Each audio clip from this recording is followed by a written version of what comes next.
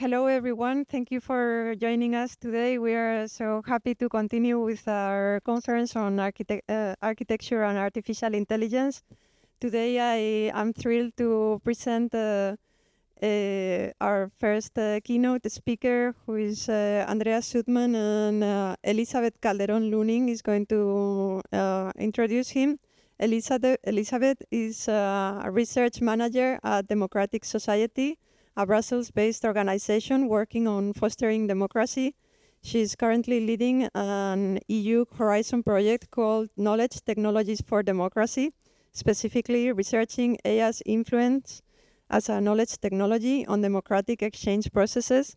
In her work over the last 6 years, she has been researching on the democratization of the digital, urban transition, and digital sovereignty, and both in her role as doctoral researcher at the German Internet Institute, Weizenbaum Institute, and as a guest researcher here at KTH. Please be welcome. Oh, just 1 second. Now. Thank you, Ingrid.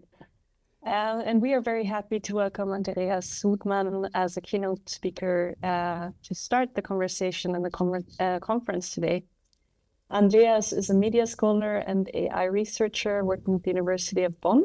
He is the principal investigator of the international research group HIAS. It stands for How is Artificial Intelligence Changing Science? Research in the Era of Learning Algorithms, funded by the Volkswagen Foundation since 2019.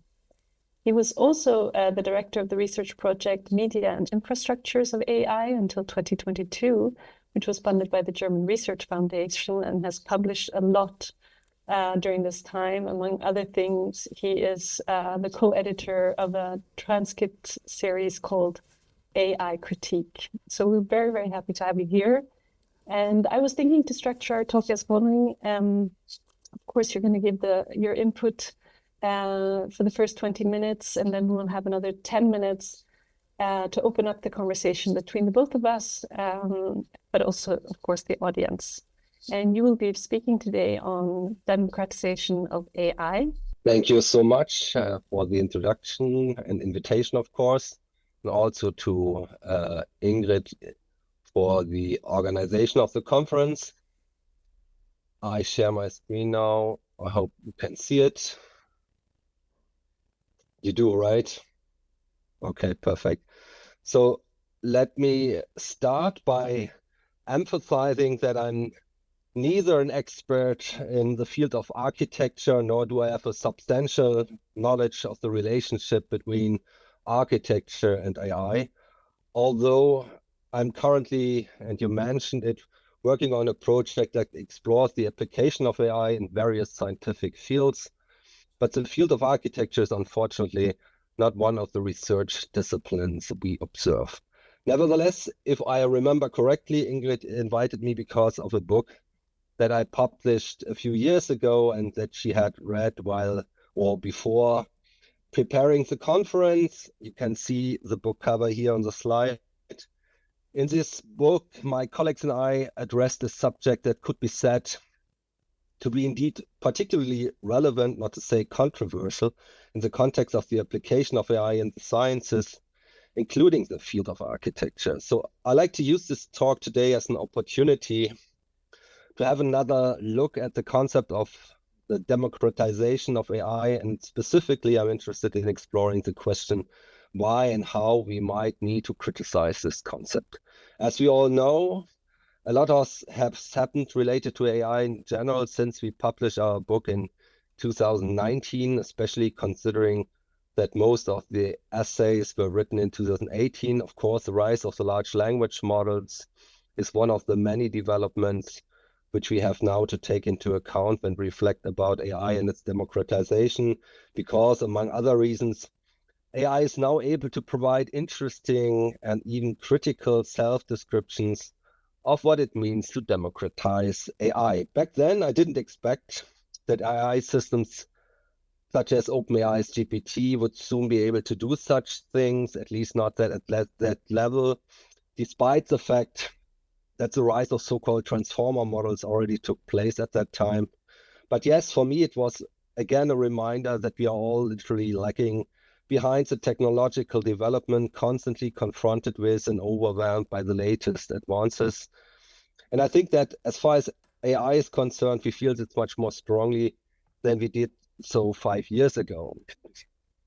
So this said, let me recap some of my previous observations on the democratization of AI, and let me try to kind of rethink them considering our present situation. First of all, it's important to highlight the current discourse of democratizing AI is very closely connected to the beginning of the current AI boom. Of course, we can write a long history of democratizing technology, including digital technology like the internet or VR.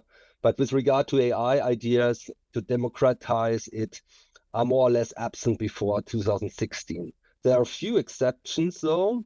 For example, Kurzweil's book from 2005, The Singularity is Near, When Humans Transcend Biology, in which he discusses the rapid speed of AI and how it might affect society, where he already argues for a broad accessibility of AI in order to secure the democratic nature of progress. The book was widely discussed back then, as some of you might know, but not so much with regard to the ideas of a democratic version of AI. This also applies to Nick Bostrom's book on superintelligence, which came out 2014. As you might recall from your personal reading experience, at some points he in fact discusses questions of control and democratic governance of AI systems, but there's no chapter that really deeply focuses on democratizing AI very specifically. So it's important to realize that the discourse of democratizing AI is very closely connected to the very moment when the AI boom was more broadly recognized. And I also have to add that by talking about AI, primarily, I mean the boom of machine learning and more specifically the boom of artificial neural networks, of course. Mentioning books like Bostrom's in this context is very important, I think, because what happened at the beginning of the boom, and very quickly so, was discussing three important dimensions of AI: its epistemic technical potential, its limits, and of course, its dangers.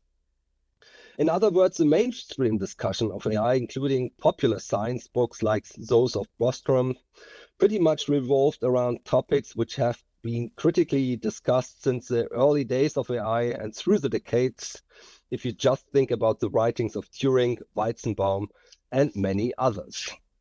So the discourse pattern of the critique of AI was old, but the technical potential of AI was suddenly quite different. In 2016, at the latest, if not earlier, it was pretty much clear that the current AI boom was not another hype or a short summer, if you will, before another and dark AI winter. No, because perhaps it's still difficult to determine the precise date, but already in the early phase of the boom, for me as for some other observers, it was clear that the transformative potential or the transformative impact of AI on society could be potentially huge. And looking back now on the last 5 to 10 years, we can clearly state that the gap between the imagination of AI and its empirical development had become smaller and smaller. Hence, one important condition why the concept of a democratic AI became so prominent was simply the AI boom itself, as well as the critical discussions surrounding it, particularly its dangers, which are obviously so closely connected to the imaginative and phantasmatic dimensions of AI, if we just think about the discussions of killer robots, for example. Roughly 5 years ago, the idea of democratizing AI has routinely discussed with reference to OpenAI, the company responsible for ChatGPT and many other recent AI innovations. But at the time when the company was founded in 2015, its explicit goal was not yet to democratize AI, rather it aimed at, quote, advancing AI in a way that benefits humanity as a whole. The founders, including Elon Musk, Sam Altman, Greg Brockman, Ilya Sutskever, Wojciech Jaremba, and John Sudmann, recognized the potential of AI to greatly impact society and wanted to ensure that its development would be aligned with safety and ethics. They aimed to create an organization that would conduct research, develop AI technologies, and promote collaborations in the field while also emphasizing transparency and safety measures to mitigate potential risks associated with advanced AI systems, end of quote. So what I just quoted here is a self-description of the history provided by ChatGPT, which of course is a representation of OpenAI's goals ex post. But I think it summarizes well enough what we know of OpenAI's ambition back then on the basis of the historical documents and online resources available. Beyond general concerns about the dangers of AI, just mentions a more concrete factor or catalysator of the concept were all the discussions related to the status of AI, and in particular to artificial neural networks being a fundamental black box technology. This problem was discussed with regard to scientific applications, for example, in medicine, but also in industrial contexts like the production and use of self-driving cars.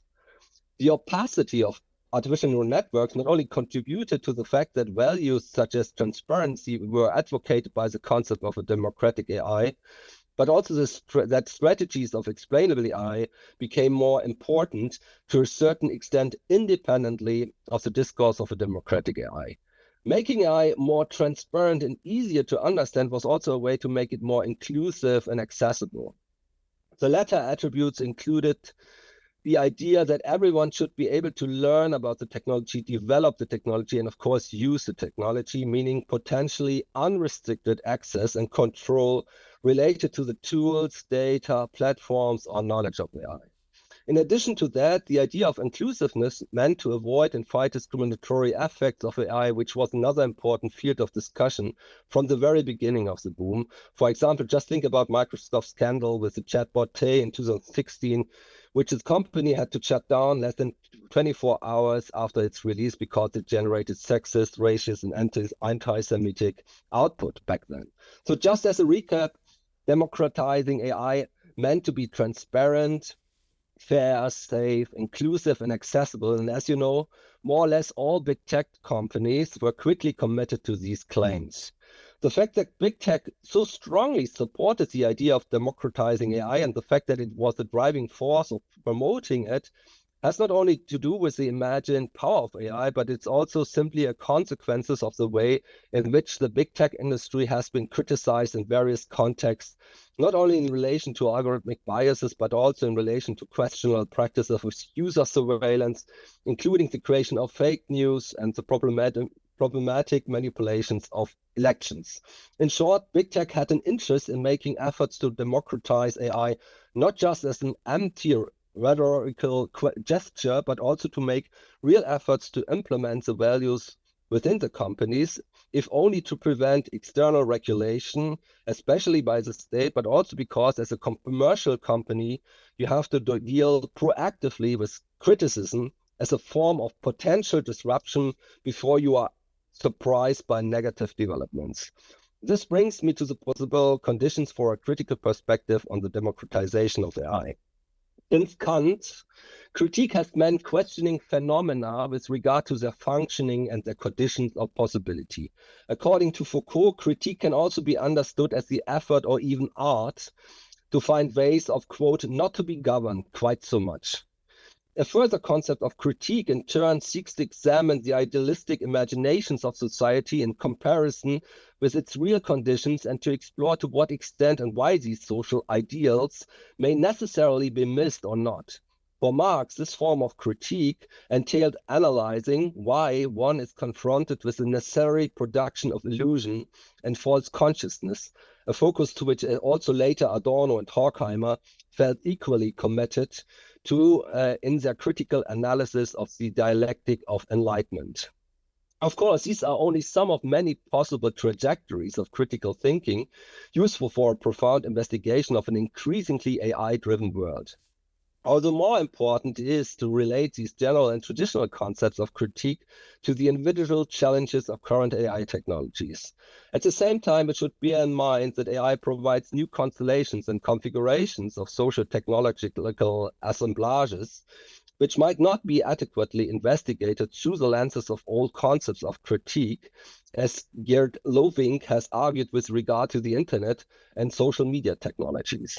Hence, the challenge is to combine critical concepts that focus on the specificities of the subject, it as AI, while also precisely tackling those contradictions and problems that are of a more general nature. For example, values mobilized in AI discourse like transparency or accessibility are not inherently good.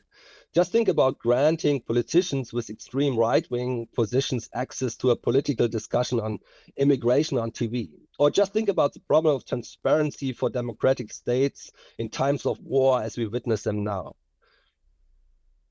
And you can also highlight the ambivalence of values like openness with regard to AI. According to Nick Bostrom again, openness to security measures or openness about goals can be good, but openness about source code doesn't necessarily have to be. Accordingly, Bostrom advocates a differentiated approach to OpenAI when it comes to developing technologies that have the potential to cause considerable damage. They should naturally not be disclosed. Again, one of the fundamental achievements of critique, as it has been formulated since Marx in particular, is to reveal the conditions under which, for example, society must necessarily fail to meet its idealistic demands, for example, equality or justice.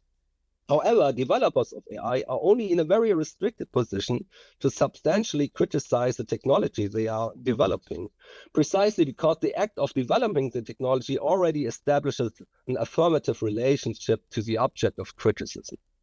The gap between the openness and competitiveness of a company like OpenAI is therefore not just a contradiction, but oftentimes an irresolvable contradiction.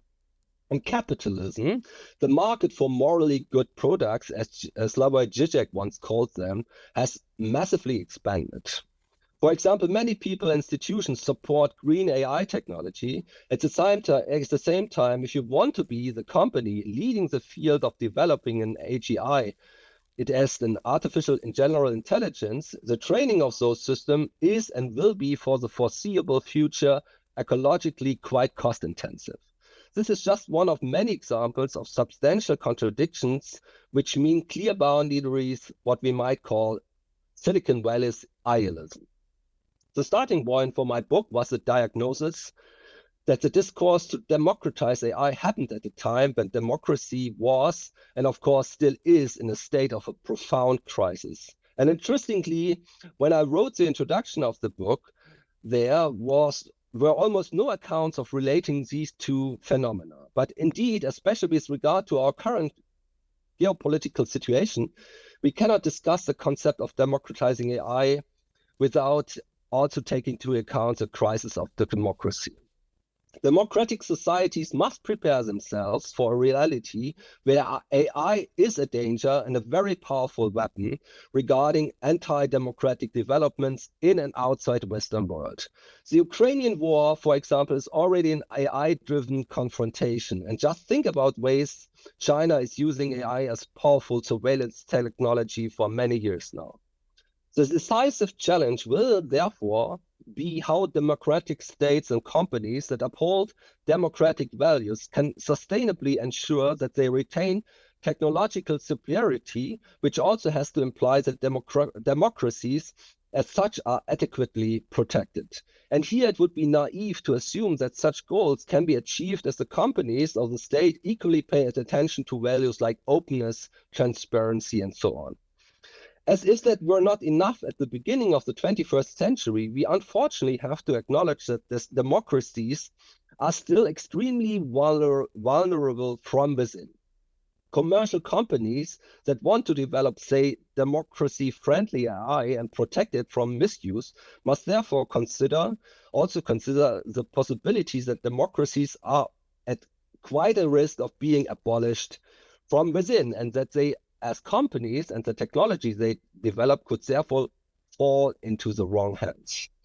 A dystopian AI scenario with a long tradition, think about the Terminator movies only, is that we as humans create machines that then turn against humans. The utopian countervision would be to create machines that enable us to live peacefully and perhaps even happily as human beings in the first place. A colleague of mine called this vision AI as a peace machine. At least on the basis of a broad historical perspective, it seems doubtful that we, humans, will ever be able to live together in true peace and happiness. A major deficit of humans in relation to machines is their tendency to overestimate themselves, their inability to deal well with narcissistic slides, and also the multitude ways of how our thinking is influenced by emotions. It might be a big advantage of machines that they are not confronted with these problems. I think a very important task for humans with regard to AI that we need to stop is that we need to stop absolutizing and idealizing ourselves. We always discuss the shortcomings and dangers of machines. Instead, we have to acknowledge that the history of mankind has been a history of the failure of humanity. This does not mean to give up the ideal of humanity, but still we should be aware of this tragedy and addressing it properly, and perhaps AI could be helpful for such an agenda as well. But honestly, this is pure speculation. Thank you. Thank you, Andreas. That was super enlightening and also very timely. Yes, there was a lot to unpack there, and coming from the perspective where I'm coming from right now, trying to find ways to democratize AI, or at least to find ways to at least understand how AI is influencing democracy at the moment.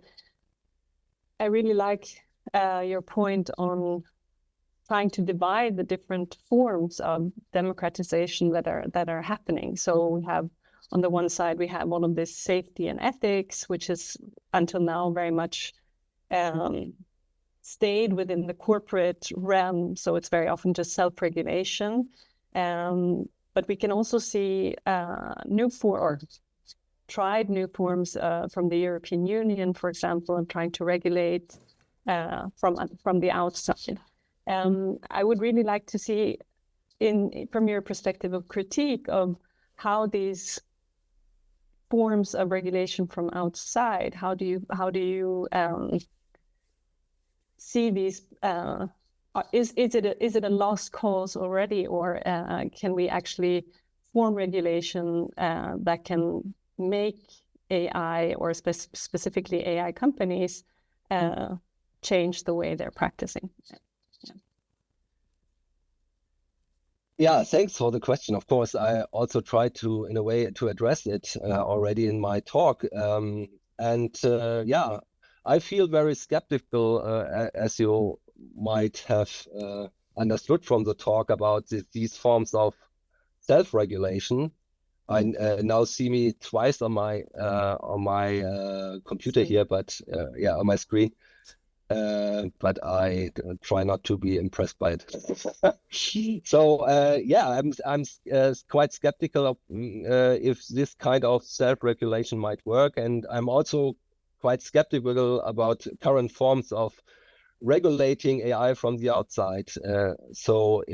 I just, very much discussed this specific case of what it can mean that we kind of, make sure that the development of AI in the form of a AGI is kind of regulated and matches our ideas about transparency and openness and accessibility and so on, because of course there's a danger that we fall back in comparison with non-democratic states which do not have these kind of restrictions. And this could be, a real danger. And in this case, I'm not an idealist, but more like a realist, like Thomas Hobbes, for example. So if you remember how he legitimated the Leviathan, the state already, centuries ago. I think the same must also be. We also need the same mindset in terms of AI. We always must envision a future of AI in which we acknowledge a certain epistemological and technical potential which might exceed our expectations. At the same time, we also must take into account the possibility that this kind of powerful AI is in the wrong hands, and this is this is the main point I try to make. So it does not make sense to just always remind ourselves that the machines are still silly machines that not work very well when we check certain prompts with ChatGPT, and we see, we now recognize the machine is still making silly mistakes. This is not very helpful. I think it's more productive to visualize a future where the machines are indeed exceeding our capabilities, as we already witness it now in certain respects, like computer vision, for example, or certain natural language processing tasks and so on. Yeah, no, I definitely agree that what we're seeing now with these hallucinations is, of course, we're seeing some bugs, and that they will be repaired in whatever way that means. I find it very interesting to look at how digitalization per se, and AI specifically, has been growing out of a very centralized power system. So this is already like negating any kind of democratic control if everything is always centralized within the private realm, for example. And if there's some regulation is at least proposing of like breaking up these kinds of very privatized forms of technology development. One thing that we were discussing within the project, within the Knowledge Technologies for Democracy project, is to look at how, because the technology itself and the way it's already in place is not allowing for any kind of regulation from our part as users, or any other form of insights or oversight by any other kind of body. And one idea or one concept that we were following or are following right now is the idea of democracy in the loop technology development, where leading from human in the loop to society in the loop, now to democracy in the loop, to actually create technology which is adaptable and understandable in each of the phases, from data collection to the how the system is learning, and then what kind of outputs we're creating. And this is something that we've been thinking about a lot, but then I was also presented by what is now happening with the Gemini project, the Google AI that came out, which is very much, as you said. So here we have the example of like self-regulating private company that wants to do everything right, and instead it's creating super anti-biased systems that it's just inventing stuff. For example, asked to show the founding fathers of the United States. It produces a picture of women, men from Asia, Africa, all kinds of just like hallucinating, just not to be biased because it happened to be men, white men. Do you see any forms of actually changing how the technology itself is built that could allow for another kind of democratization? And also, do you think that we've already surpassed the moment where we can actually break this private hold of technology development to make other forms of ownership, other forms of not market-driven technology development possible? Yeah, good questions. Again, I have to stress that I'm skeptical that we are in any way able to regulate the technology. And it's because simply, as I said, there are reasons why we should be careful to do so. Of course, Silicon Valley companies like Facebook are or appear to be also advocates of this form of regulation in a certain respect. As long as everyone is, it applies to everyone. But this will not be the case, I guess, right? So we have to think about AI in its geopolitical dimension and in all its dangers and in all its potentials. But the potentials, of course, there's ever so many examples. Just think about climate studies, where it's quite obvious that AI can be, very helpful in how it might support climate simulations and so on, and make a very profound contribution to the science itself. Yes, but this is not the important part. Of course, we have mostly think about the negative implications when it comes about the politics and when it comes about our critical perspective. But critique has two dimensions. The one is the kind of intervention we need, the critical concepts that we kind of link the technology to our critique of society. That is one aspect, and you might relate to Foucault, or you might relate to Marx in this respect. But the other is just first, and very profoundly so, is just to understand what's going on in technical terms. And I think there's still a deficit there. At the very beginning of the boom, there has not been a tradition of expertise. No one has had a profound knowledge about machine learning and artificial neural networks. It was pretty much non-existent. But surprisingly, there was ever so many experts popping up very quickly. So in computer science even, and there was no big tradition of expertise in computer science, be it in Germany or in other countries, when it comes to artificial neural network, just for a simply reason, because nobody, expected this approach to be successful. Thank you so much. It has been amazing, your presentation, and thank you very much, Elisabeth. We enjoyed very much here. The room is full listening to both of you. I wish that we had much more time.